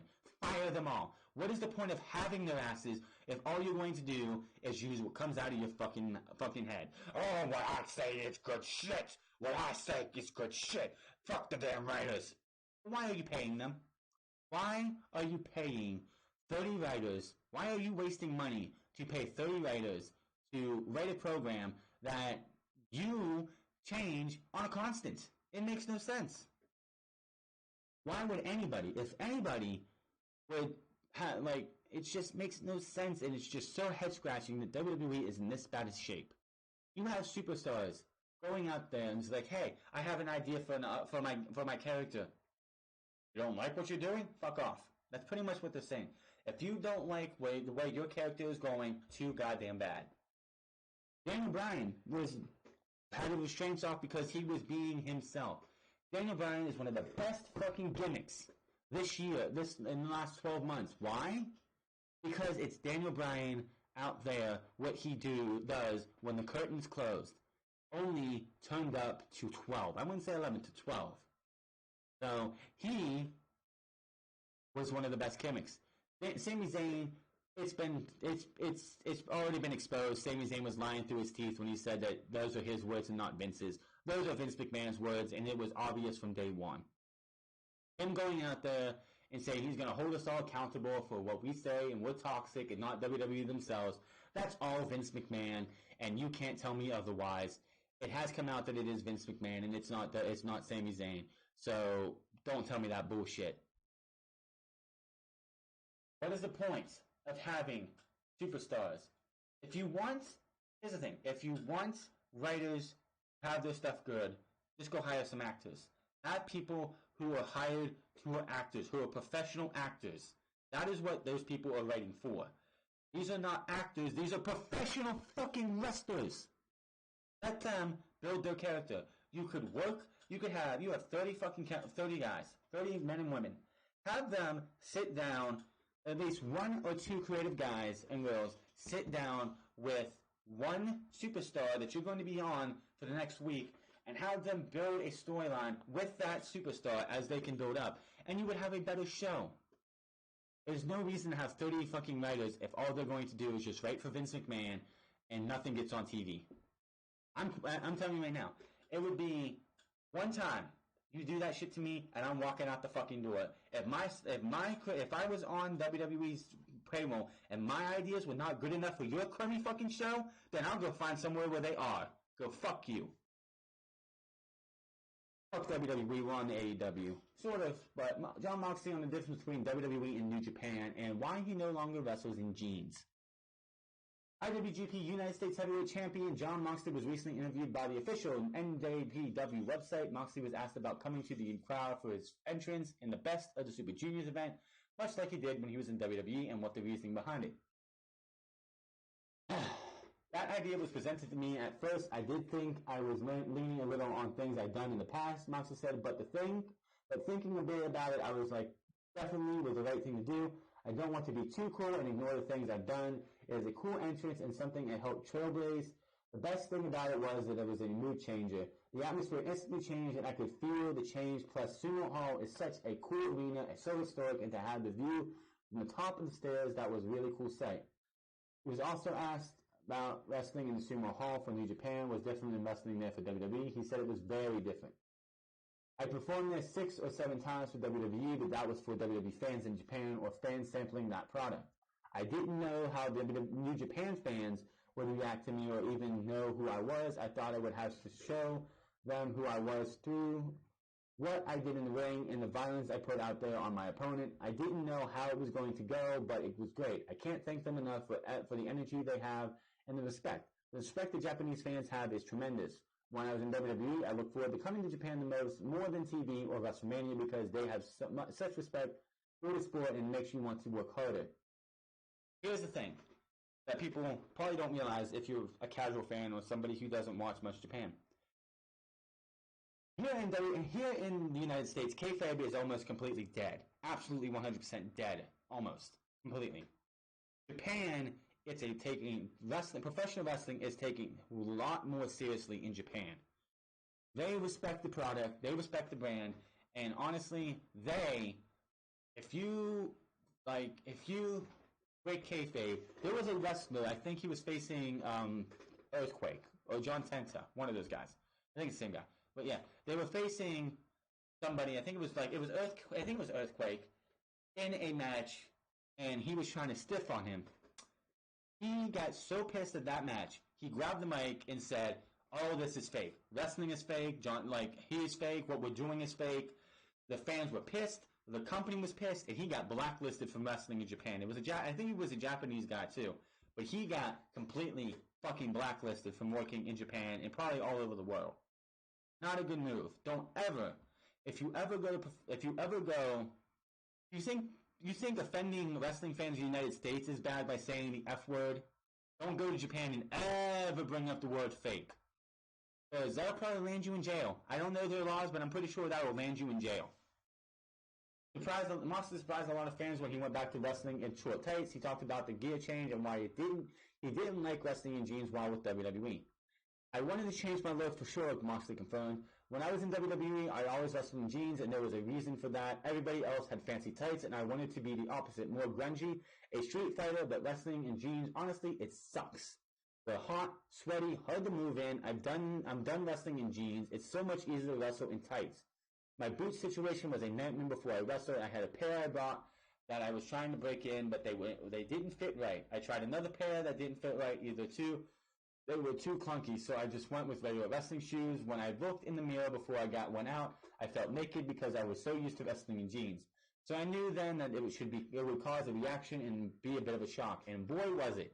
I did not expect to see Jon Moxley walking down those stairs and him having shorts on and not jeans. It was just so weird. Especially when we got back, if you look back at Double or Nothing, and he made his debut wearing grungy-looking jeans and did all of his stuff in jeans. So I fully expected before his match with Juice Robinson that he was going to be wearing jeans, and he comes out with shorts on, and I'm like, and knee pads, I was like, whoa, what the fuck is this? Regarding his New Japan debut, the title win over Juice Robinson, Moxley said he loved it and compared it to an acid trip. I love the whole thing. I love being intense, blood and guts stuff like that. It was a tooth and nail fight, and I love that. When the crowd and the announcers were saying to each other, this is crazy, I love that. Those matches would just go all out. Everything on the line, being there for 5 minutes or 20 minutes, just wild stuff. I love watching that. The whole experience was great. I've been watching New Japan, and New Japan is professional wrestling. I love professional wrestling, and I feel for a few years that I had been relegated to being an entertainer. So I was excited to go in, no preconceived notions, no baggage, or thinking about who this new Jon Moxley is. Just going out there and seeing what happened. It was all like an acid trip, to be honest, with the jet lag, the new environment, the new fans, and this friend I used to have now being a guy I'm fighting. This, my new gear, makes me feel naked. It was just madness, but I started to feel my groove. I started to get in the zone, and that felt really good. Guy's happy. He said TMZ a couple days ago, I think it was last week actually, that he felt like he's a kid again. He's 18 again, which is awesome.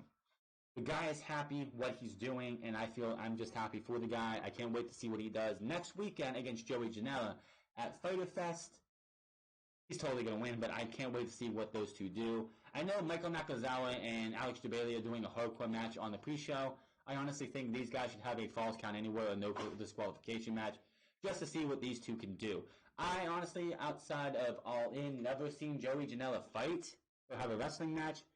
So this will be my really first taste of seeing what this guy can do before we get to TV this coming October. Can't wait to see what we got. Finishing up here soon with Tony Khan talking to Steve Austin about AEW's TV deal and a tag team tournament coming soon for the weekly show. All Elite Wrestling founder and president Tony Khan recently appeared on Steve Austin's show, the returning Steve Austin show, to speak with legendary Hall of Famer Stone Cold Steve Austin. And by the way, there's a jackass YouTuber called Sports Entertainer. This motherfucker has a video up about Stone Cold Steve Austin going to AEW because of this interview. Oh, Stone Cold, and he says in his thing, what do you guys think about Stone Cold Steve Austin being a commentator on the AEW TV?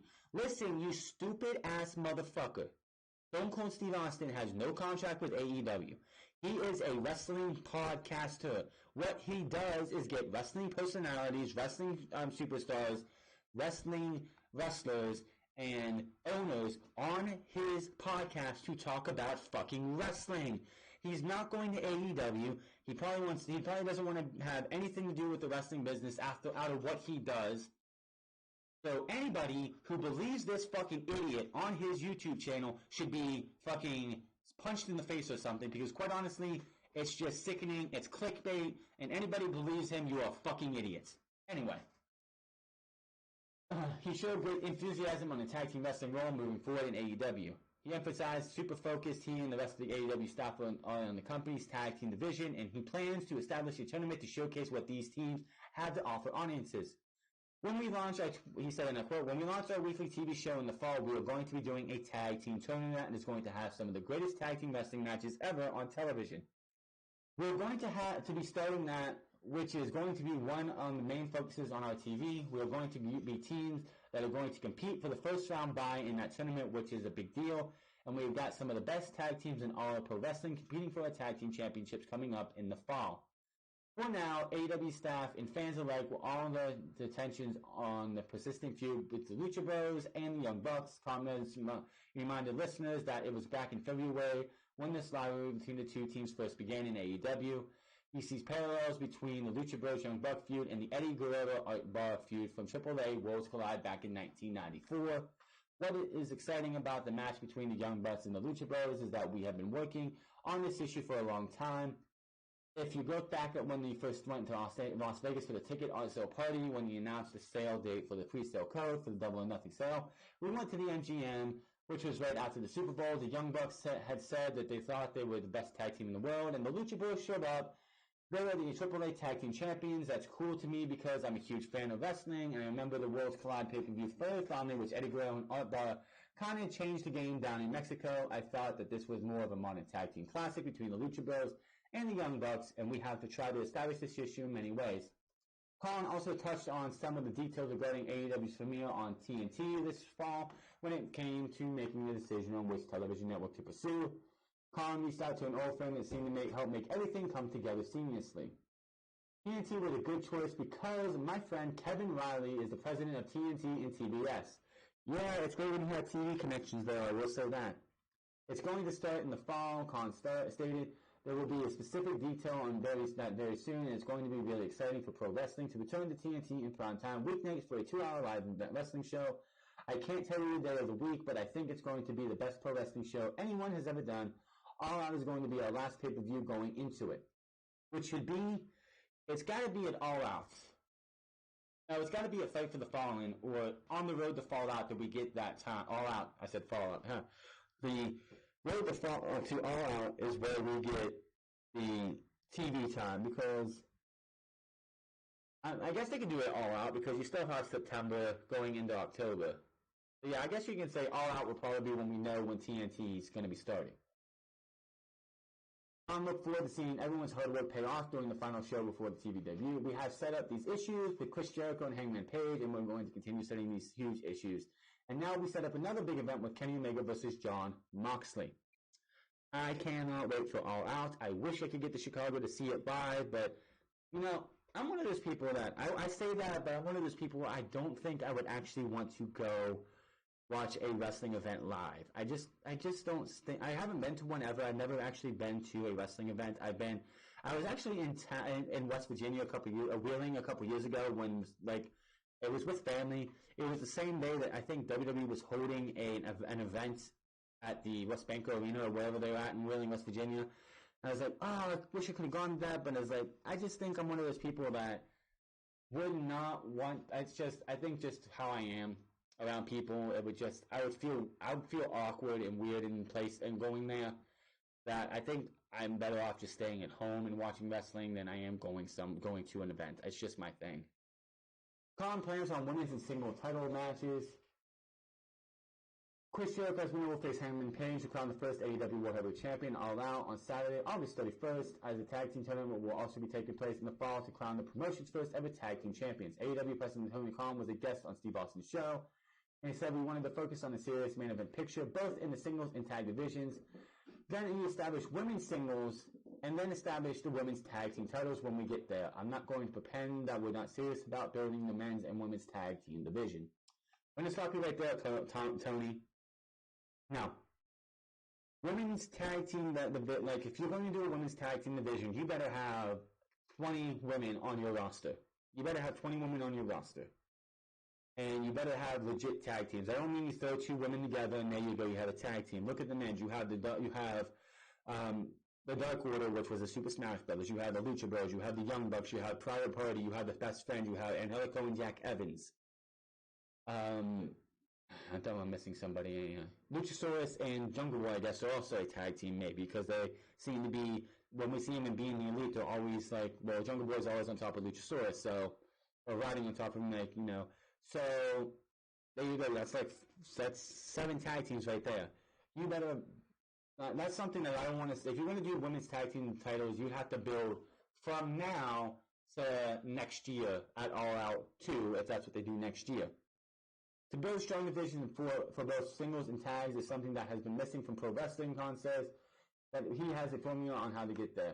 As we focus on having the best world champions in singles and tag team, men and women, they're going to be the focus.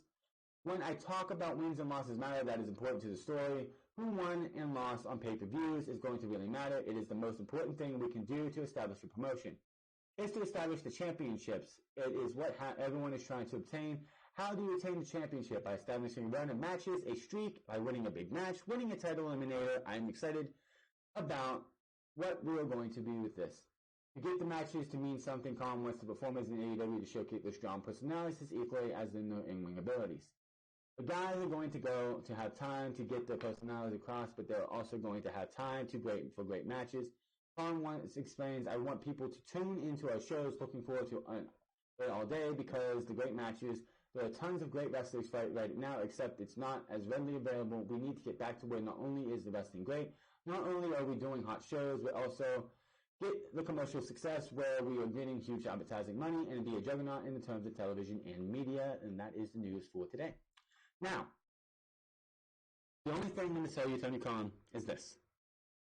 Wins and losses matter. Champions never lose unless they're fucked over by somebody else. The one infuriating thing on Monday Night Raw and SmackDown Live is we will see champions in non-title matches lose every single fucking time. The Iconics, the Idiotics, whatever you want to call them, are a big fucking joke on Monday Night Raw and SmackDown Live because outside of 2 matches, they have won 2 matches since they've been won the tag team titles. 3 matches, I'm sorry, 3. They won the match after WrestleMania, which was a joke of a tag team title match because they faced 2 jobbers. They then lost for like a month and a half, maybe 2 months. Then they won against 2 more jobbers, and then they won last week against Alexa Bliss and this past Monday against Alexa Bliss and Nikki Cross, thanks to Bayley. So they are just jokes. The tag team titles for the women are jokes. Samoa Joe won the U.S. title at right before WrestleMania. He won at WrestleMania, but would lose non-title matches over and over and over again. You cannot have your champions continue to fucking lose. You had... Let me see here. You had... Was it Daniel Bryan? No. What was it? There was a match, I think it was last week, I believe it was, where you had a champion get pinned. Like, you could have... Let's say you have Finn Balor and Mustafa Ali versus Andrade Cien Almas and Kevin Owens. And Finn Balor takes the pinfall for his team. Why is that champion losing? The only champions that seem to be any credible right now are Becky Lynch. Becky Lynch, Finn Balor, who hasn't been seen since Money in the Bank outside of Super Showdown, and Seth Rollins and Kofi Kingston, because they have not lost or been one to take a pinfall in a match. Really. Like, Seth Rollins, lost once. Bayley faced off against Lacey Evans, and lost. He lost to Lacey Evans. And then won the next night against Nikki Cross. 50-50 booking doesn't help. Another thing, no 50-50 booking. No need for it. I don't want to see, like, Chris Jericho beats Kenny Omega, and then at Fight for the Fallen, it's going to be Chris Jericho versus Kenny Omega, and Kenny Omega wins again. No. Or Joey Janela loses to Jon Moxley at Fyter Fest, and at All Out, or Fight for the Fallen 2 weeks later, which isn't going to happen because he's going to be at the G1, Jon Moxley would lose to Joey Janela. You see what I'm getting? People need to lose, and people need to win. The biggest problem that I already see coming for AEW is All Out. Who's going to win between Jon Moxley and Kenny Omega? I don't know. Kenny? Moxley? Who knows? But all I know is it's going to be one of those things that if one of them loses, the other one cannot we can't have another rematch between those two on free TV about a month and a half later, and the other person wins the match. It diminishes it. Ricochet beating Cesaro and then losing, or Cesaro beating Ricochet and then Ricochet beating Cesaro. Ricochet losing to Bobby Roode, then beating Bobby Roode. 50-50 booking does not help anybody. Nobody looks strong. Everybody just looks weak and pathetic. AEW has all the tools to succeed. They just have to use them. But that is all for this episode of number 75 of Unscripted for June 22nd, 2019. Hit that subscribe button. Comment down below. Like, dislike this video. Hit those dislike buttons. If you don't like what I say, hit the dislike button. That's all. More power to you. Follow me on Twitch and Twitter at The France, and I will see you guys, the France Club, and I'll see you guys tomorrow. for the Stomping Grounds review. I know, I'm excited. Are you? Well then, my name is Franz, and I'll see you guys later.